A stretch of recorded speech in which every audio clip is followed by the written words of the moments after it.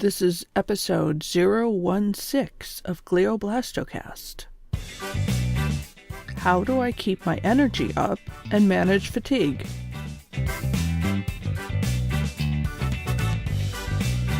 Hello, and welcome to Glioblast-O-Cast, the podcast about my life beyond glioblastoma. I'm your host, Meg Turasek. In this episode, I'll answer the question, how do I keep my energy up and manage fatigue?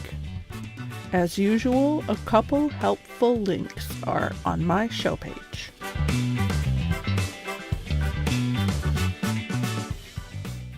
One of the things I wasn't really prepared for with my recovery from brain surgery and cancer treatment was how my energy would be affected by fatigue. I knew that chemo and radiation could be taxing, but I kind of expected as I recovered that I would regain energy and activity levels that were on hold during surgery and treatment.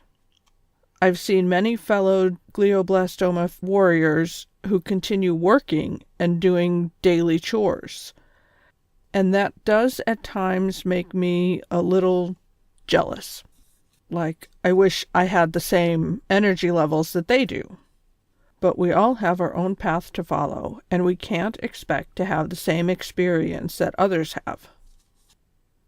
In my experience, once I managed to get completely off the steroids, my energy did fall and fatigue set in.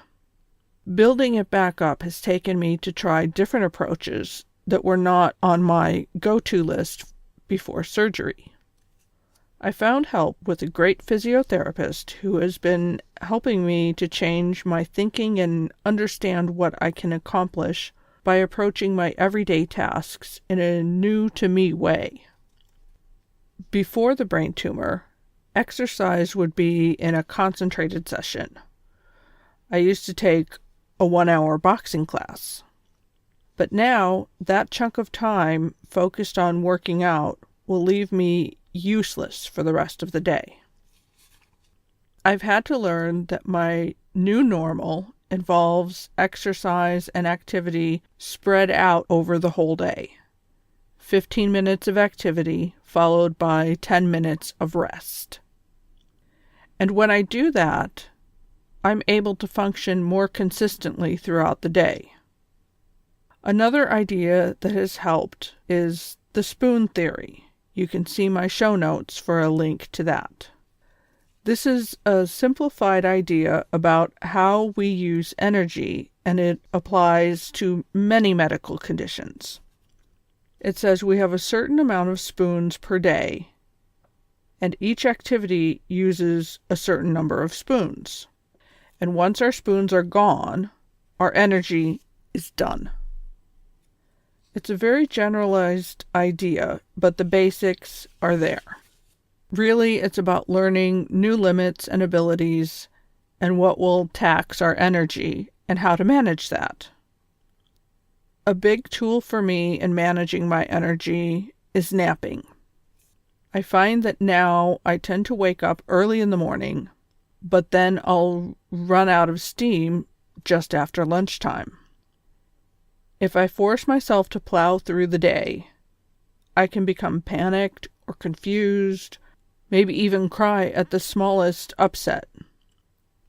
But if I break up my day with a good nap, I wake up and can refocus and have a productive afternoon. For me, I tend to take long naps of, on average, 2 hours. Certainly not a power nap. I see it more as a continuation of my disrupted night, where I probably got only 5 or 6 hours of sleep. That's my new normal. It's certainly a lot of adjustments. Like, I've had to accept the fact that my sleeping and napping can be very deep.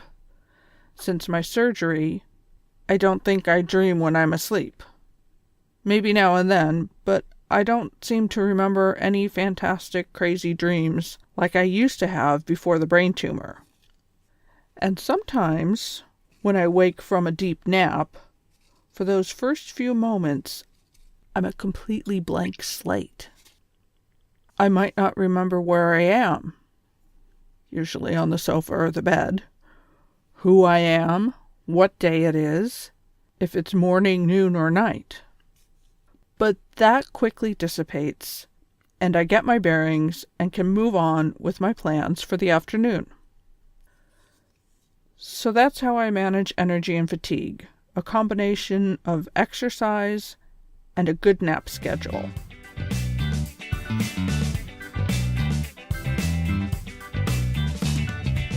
Be sure to check out my show page for some helpful links.